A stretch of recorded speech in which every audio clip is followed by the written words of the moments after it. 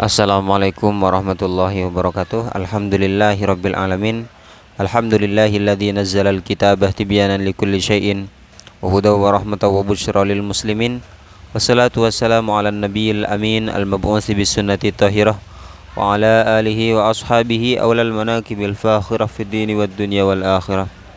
Rabbi shrah li sadri wa yassir li amri wa hlul 'uqdatam min lisani yafqahu qawli.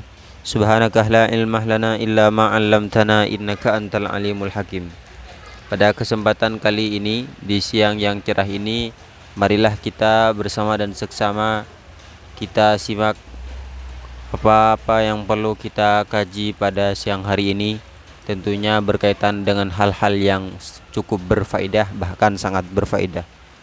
Tentunya tak lepas dari yang namanya kesalahan, manusia itu sering melakukan kesalahan dan sering melakukan dosa, walaupun itu sering pula tak terasa.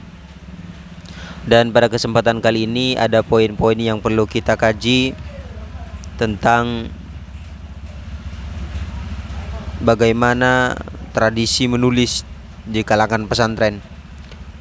Tradisi, iya, kita bahasanya nggak begitu tertata ya, maaf. Tapi nggak apa-apa. Khud masafa dak makadar, ambillah yang baik dan buanglah atau tinggalkan yang buruk. Langsung kita ke poinnya. Tradisi menulis di pesantren sudah dimulai sejak lama, bahkan semenjak zaman para wali songo dengan tembang, dandang, gula, lir-ilir, lingsir wengi, kidung rumekso, ing wengi, turi putih, gundul-gundul pacul, seluku-seluku batok, karya Sunan Kalijaga, Sinom dan Kinanti, karya Sunan Muria, Asmaradana dan Pucung, karya Sunan Giri, Durma, karya Sunan Bonang, Maskumambang dan Mijil, karya Sunan Kudus, Pangkur, karya Sunan Derajat, Serat Pepali, Ki Ageng Selo, murid Sunan Kalijaga.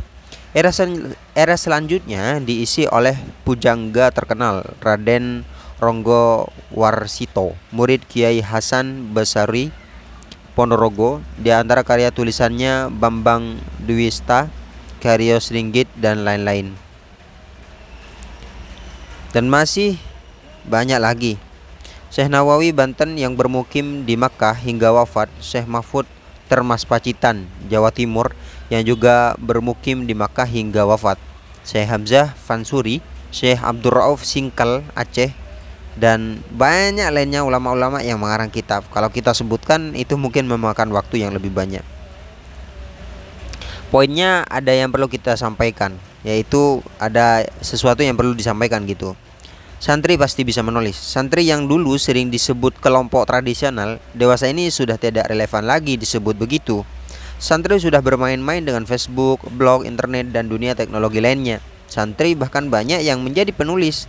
Tidak gampang memang, tetapi bukan sesuatu yang tidak mungkin. Semuanya tergantung niat dan kerja keras. Belakangan ini santri-santri yang notabene-nya berasal dari pesantren-pesantren tradisional seharusnya lebih kreatif dan produktif melahirkan karya-karya tulisannya. Karena di era digital ini mereka lebih mudah melacak teks-teks Arab yang menjadi sumber rujukan utama dalam penulisan berbagai karya ilmiahnya. Buku-buku dan kitab-kitab yang dijadikan rujukan yang dulu harus dibeli dengan harga mahal dan membutuhkan rak-rak yang berjajar untuk mengaturnya atau menaruhnya.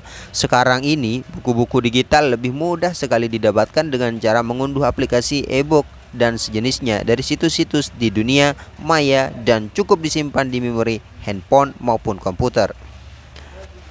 Oke, mungkin itu saja awal dari pembahasan kita. Kenapa saya memilih footage yang memperlihatkan atau nge-view daripada ikan-ikan dan aliran air? Ya karena pertama aliran air itu menyehatkan mata teman-teman, dan warna hijau dari backgroundnya itu juga membantu untuk menyehatkan mata. Jadi saya kombinasikan dengan kita dapat melihat berlama-lama di depan layar handphone kita, namun ada faedah yang perlu kita dengarkan, ada faedah yang perlu kita simpan di dalam hati kita, sehingga kita tak hanya menikmati keindahan ikan saja. Oke, ada poin kalau kita bicara ikan ya. Poin yang pertama yang sudah dibahas tentang kepenulisan tadi sudah, mungkin itu mukadimahnya saja, kita tidak lanjut di situ.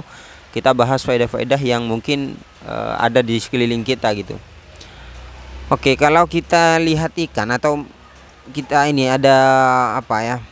Ada ide yang pernah aku temukan, atau bukan aku ya sih, orang temukan, bahwasanya ketika seseorang mencintai ikan itu bukan melihat dari segi amis baunya ya, tapi lihat dari gerakannya, itu sangat lucu sekali. Apalagi dari motifnya yang berbeda-beda, ada yang warna kuning, warna lemon ya, warna lemon, ada apa gurami, ada koi, ada pancawarna, ada juga zebra Sumatera, ada zebra di sana, dan di sana ada bebatuan putih dan pepohonan hayalan berwarna hijau. Tentunya ada faedah-faedah di video pada kali ini. Dan perlu diketahui teman-teman bahwasanya kamera yang digunakan pada video kali ini adalah kamera dari Samsung A01 Core dengan bantuan aplikasi Open Camera. Jadi fokus dan cahaya, lightingnya, exposure-nya, fokusnya, kemudian white balance-nya itu bisa diatur secara manual teman-teman. Jika teman-teman bisa meng-zoom, maka bisa di zoom seperti ini. Tapi kelihatannya nggak enak ya kalau dipandang dengan cara nge-zoom. Karena untuk fokus sendiri ya, yang namanya smartphone atau HP itu tidak semaksimal DSLR atau mirrorless dan semacamnya teman-teman.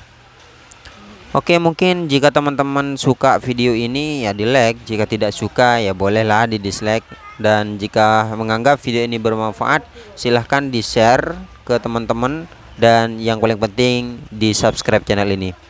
Mungkin ada memang pembicaraan cukup tidak rapi karena tanpa skrip yang matang, sehingga pembicaraannya dari pembahasan ke penulisan nyampe di ikan gitu.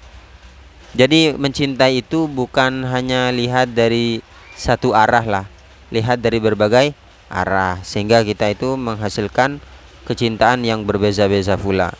Apa yang mungkin itu saja yang dapat kami sharingkan pada video kali ini. Akhiran, assalamualaikum warahmatullahi wabarakatuh, and see you next time on my next video.